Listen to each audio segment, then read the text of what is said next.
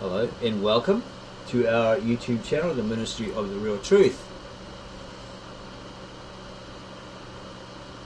We previously uploaded this audio from the downed website of native-born Aramaic speaking translator, filmmaker, Mesopotamian history buff Victor N. Alexander from Mesopotamia, Syria. He who speaks the Aramaic, etc. Because the other video was crackly, the speakers had problems, so he decided to remake this particular video, create a better version without the annoying speaker crackle. So if you like this and found it very interesting, please subscribe to our channel, give us a like or a thumbs up, add your comments below, and we'll get back to you on those as soon as we can. And you go share this video with all your friends, family, neighbours, etc., at your church, etc., who really want to understand the Tri-une Trinity concept and so forth.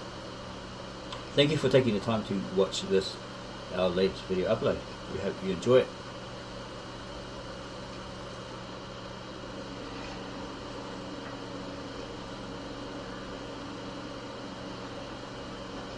This commentary is regarding the Trinity. According to the CNN documentary, After Jesus, the First Christians, the Trinity was introduced in Nicaea in 325 AD. According to this documentary, Constantine, the Emperor of Rome, who used Christianity to regain power and become the Emperor, wanted to legalize Christianity and bring it into the mainstream. But once Constantine legalized the church, long-standing doctrinal questions broke into the open, the biggest of them going to the core of Christian belief.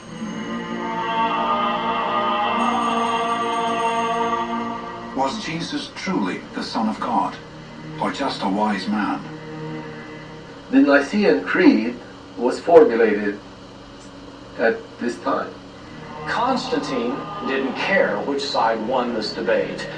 Constantine wanted a unified Christianity because he wanted a unified empire, and he wanted to use Christianity to help him unify his culturally diverse empire. So he wanted Christians throughout the empire to agree on major theological issues. In the year 325 AD, Constantine called the world's bishops to the small town of Nicaea, outside the imperial city of Byzantium, to grapple with the essence of Christian belief. This is the first time that the divinity of Isho, or Jesus, was brought into focus. And the Nicene Synod decided that Jesus was both God and man. That is, he had both natures. This is supposed to be the first time that the Trinity was brought into question and formulated. What we now call the Nicene Creed, I believe in God, the Father Almighty, creator of heaven and earth. Those tenets of faith come down from the 4th century and are still the bottom line of Christian teaching today. And the heart of the Nicene Creed and Christian faith is that Jesus was both God and man.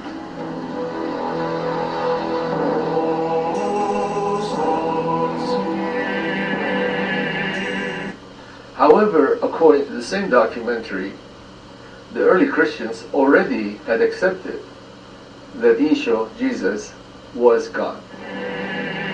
The earliest communities were already giving Jesus the worship that could only be given to God. This is happening within 30 years of Jesus' death. But to find a philosophical language in which to say it, in which to formulate it, that took 300 years. The Council of Nicaea was not called in order to decide whether Jesus was divine. It was called in order to decide in what way is Jesus divine.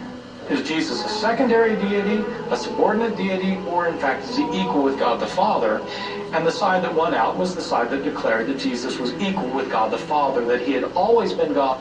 In fact, the earliest Christianity, the question of who Yeshua, Jesus, was always a matter of revelation. This revelation was inspired by the scriptures themselves. It really started out in the Old Testament, and of course when Yeshua came, he talked about it from the beginning of his ministry to the very end. And it's the central theme of Christianity. In other words, if we call ourselves Christians, we have to accept the Trinity. We have to accept that Yeshua is the Messiah prophesied by the Scriptures, and that he is God in the flesh. Otherwise, we have a weaker form of Christianity. In the Gospel of John, chapter 5, verse 26, and throughout the chapter, Yeshua speaks of the Trinity. And the word plaknume means the Trinity. It cannot mean anything else. However, in the Greek translation and the Latin translation of the Roman Church, and subsequently all the Western churches, the word Trinity, plaknume, has disappeared. So this is the weakness, one of the major weaknesses of the translations made from the Greek and Latin. And now I'm speaking about the New Testament.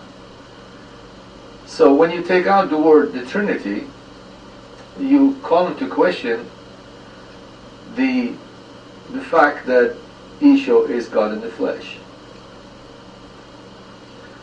And that's why the Nicene Synod and the Nicene Creed was made necessary, and we're talking about four centuries after Yeshua died and was resurrected. So it took the Roman Church 400 years to come to grips with this concept. And it was not something that was accepted by everyone. At the time of the Nicene Creed, this was something that they decided, and there was much controversy for centuries later. And so even to this day, the fact that Yeshua is God in the flesh is not attributed to the actual Gospels, but rather to this creed in Nicaea.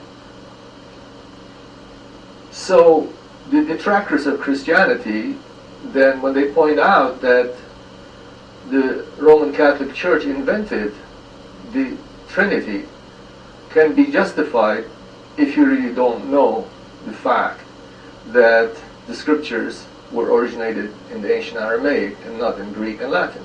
Because in the Greek versions, there was never the word Trinity. So the plaknomos in Greek was not translated as Trinity. And so I'm the only one, for the first time, that found this word, the Trinity, and translated it correctly. Plaknume, the Trinity. And when Yeshua speaks of maiknume, he's talking about his triunities, or the Trinity.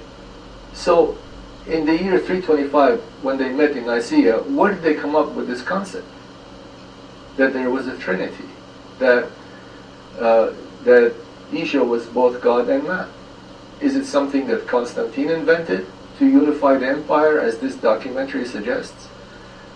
Or perhaps it was mentioned before by the apostles and disciples? No, in fact, Yeshua's entire ministry had to do with the revelation that he is God in the flesh. And so you have many examples of this. When he asks his disciples, "Who do you say that I am?" And one of them says he is a prophet, another one, they say he is Elijah, and so on and so forth. And Peter says, you are the Messiah, Son of the living God. So many times Yeshua reveals himself and tells them about why he is there, and all his miracles prove the fact that he is God in the flesh. He certainly has the kind of powers that only the creator of the universe could possibly have.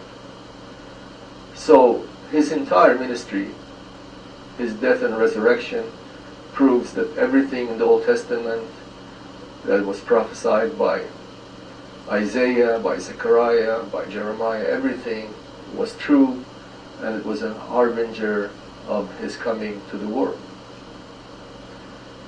So the concept of the Trinity was not invented 4 centuries after Jesus resurrected to heaven. The concept of the Trinity, Tlot Numen, was always there in the scriptures.